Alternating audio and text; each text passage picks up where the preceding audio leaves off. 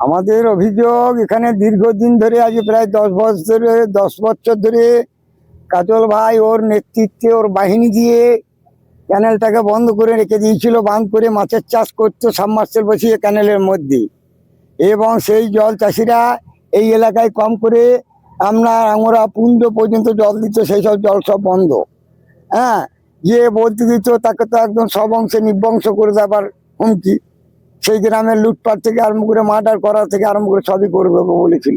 সেই জন্য ভয়ে কেউ যেত না। সরকার পরিবর্তন হয়েছে আজকে, সেই জন্য আমাদের সুব্যবস্থা হচ্ছে।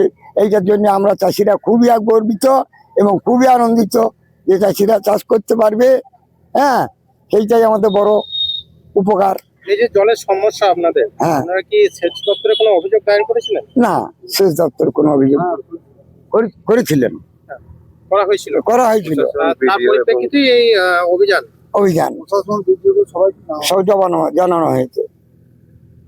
কি বলবেন, এখন উপকৃত হবেন তো? হ্যাঁ, এখন হ্যাঁ অবশ্যই উপকৃত হবো। এই জন্য ধন্যবাদটা কাকে দেবেন?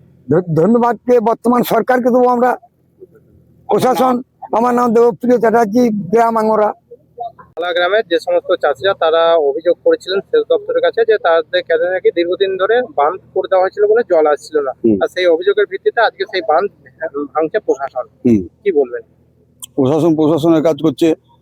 এই খামখেয়ালি মানে অরাজক অবস্থা 15 বছর ধরে চলে আসছে, যেদিন থেকে তৃণমূল ক্ষমতায় এসছে। এখানে সেচ দপ্তরের ক্যানেলে, এটা হচ্ছে কোপাই সাউথ মেন ক্যানেলের একটা শাখা, মূল শাখাটি কিনারের পাশ দিয়ে চলে গেছে শ্যামবাটি থেকে। তো এই জলে লোকে চাষের জল আটকায়, জায়গায় জায়গায় বাঁধ দিয়ে স্থানীয় বাসিন্দা বা বিখ্যাত ব্যক্তি হবেন বলবো, কাজল শেখ, যিনি বর্তমানে হাসানের বিধায়ক, উনি এখানে জায়গায় জায়গায় বাঁধ দিয়ে মাছ চাষ করতেন, চাষের জল আটকে। চাষিরা জল পেতেন না। মাছ চাষের জন্য যতটুকু জল দরকার সেটা পুরো মানে অ্যারেঞ্জমেন্ট করার পর উদ্বৃত্ত জলটা দুপাশের চাষিদেরকে দয়া করে দিতেন, যা পাম্পে করে তারা তুলে নিতেন সেই জলটার দাম নিতেন। গভর্নমেন্টের জল ইরিগেশন সিস্টেমে যে জলটা চাষিরা বিনা পয়সায় পায়, উনি সেই জলটাও এখানে বিক্রি করতেন। মানে এখানে মানে দেশের ভিতরে একটা ছোট দেশ, এখানে প্যারালাল অ্যাডমিনিস্ট্রেশন চলতো, মানে যা খুশি তাই করতেন।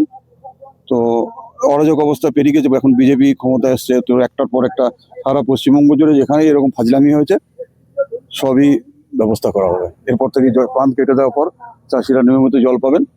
লাস্ট যে বাঁধটা কাটা আছে ওটা কাটলে এতক্ষণ জল চলে আসতো, যেহেতু জলটা পেছনে লেগে আছে, লাস্ট বাঁধটা শেষকালে কাটা হবে। জল পৌঁছে গেছে অলরেডি। পরশু দিনের আগের দিন সকালবেলায় ড্যাম থেকে জল ছেড়েছে হিন্দ থেকে। আর কিছু চাষিরা যেটা অভিযোগ করছে যে দীর্ঘদিন ধরে এখানে কাজল শেখ এবং তাদের অনুগামীরা মাছ চাষ করতো, এবং এই ব্যাপারে কিছু নোট তুলতে গেলে তাদেরকে হুমকি দেওয়া হতো এবং মারধর করা হতো, এমনই অভিযোগ চাষি। হ্যাঁ, ঠিকই তো। নাহলে 15 বছর ধরে এই জিনিসটা হয়ে আসছে কি করে? হুমকি দিলে একটা বিজেপি ফ্ল্যাগ তুলেছিল একজন, সেটা সে ভয়ে এখন তার স্ত্রী বলবে না যে আমার স্বামীর হাত পা ভেঙে দিয়েছে। নামটা এই মুহূর্তে মনে পড়ছে না। খালা গ্রামের খালা গ্রামের সেই প্রসঙ্গক্রমে বলছি, তিনি একজন মুসলিম।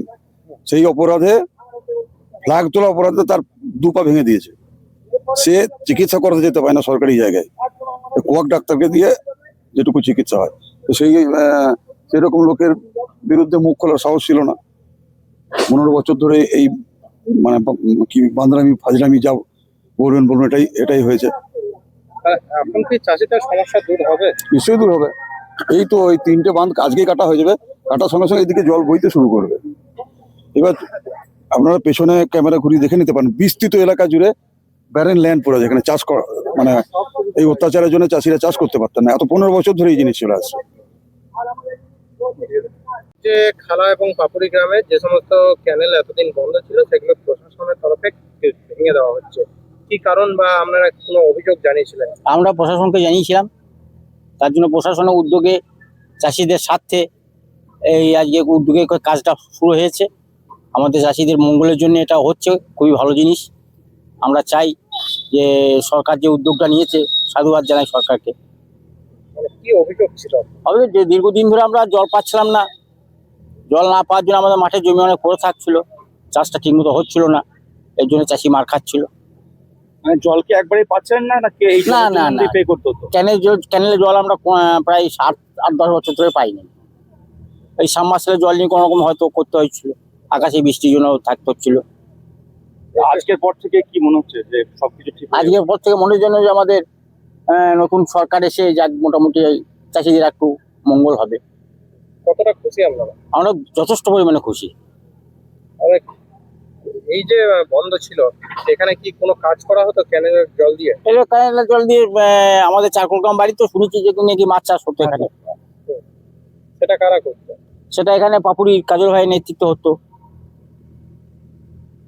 আপনার নাম? আমার নাম রবীন্দ্রনাথ রায়চৌধুরী। আমি কি চাষি? আমি চাষি। কি অভিযোগ? অভিযোগ আমাদের এখানে মাঠে জলের অভিযোগ। জল বলতে কি ক্যানেল এমন অবস্থা করেছিল, আজকে 10 বছর হচ্ছে যে ক্যানেল কেটে মাছ চাষ, হ্যাঁ, তার জন্যে চাষিরা জল পাচ্ছিল না, ক্যানেলের জল সাবমার্সেল বসিয়ে ব্যবসা করছিল। সেই ব্যবসা আজকে বন্ধ করে দিয়েছে, তার জন্য চাষিরা আজকে মাঠে চাষ করতে পারছে না। কারা বন্ধ করেছিল? কাজল শেখের লোক বা কাজল শেখই বন্ধ করেছিল। মানে তারা কি করতো বন্ধ করে সেই জল? সেই জলটা ওরা ব্যবসা করার জন্য ইয়ে করেছিল, সে ব্যবসা মাছ চাষ সেটা কোথায় করতো? এই ক্যানেলে কতটা অংশ জুড়ে করতো মাছ চাষ? মোটামুটি প্রায় 1 কিলোমিটার দূরে। আজকে কার উদ্যোগে এই কাজটা করছে? আজকে বিজেপির কার্যকর্তাদের উদ্যোগে আজকে এই প্রসেসটা নেওয়া হয়েছে। এবং প্রশাসনের আধিকারিকদেরকেও এখানে উপস্থিত থাকতে দেখা যায়। অবশ্যই আমাদের সবাইকেই জানানো হয়েছে, বিডিওকেও জানানো হয়েছে, প্রশাসনেও জানানো হয়েছে। এটা কতদিন ধরে চলছিল এই যে প্রায় 10 বছর। 10 বছর? 10 বছর আপনারা কেন মুখ খোলেননি আগে? মুখ খোলার উপায় ছিল না। তাকে তো মার্ডার করে দেবে আপনার। এবারে মুখ খুললে তাকে মার্ডার করে দেবে। আমি একবার মুখ খুলেছিলাম গ্রামে, তার জন্যে আমার একটা 4 চাকা অ্যাম্বাসেডার ছিল, সেই গাড়িটাকে ভেঙে দুমড়ে মুচড়ে গোটা গ্রাম টেনে ছেঁচুড়ে লোককে দেখিয়েছিল, নন্দ ঠাকুরের গাড়ি দেখ যেমন অবস্থা করেছি, তোরা যদি মুখ খুলিস তোদের অবস্থা এই করবো। কে বলেছিল? কাজল শেখ বলছিল। আপনার নামটা? আমার নাম হচ্ছে নির্মলেন্দ্র ভট্টাচার্য।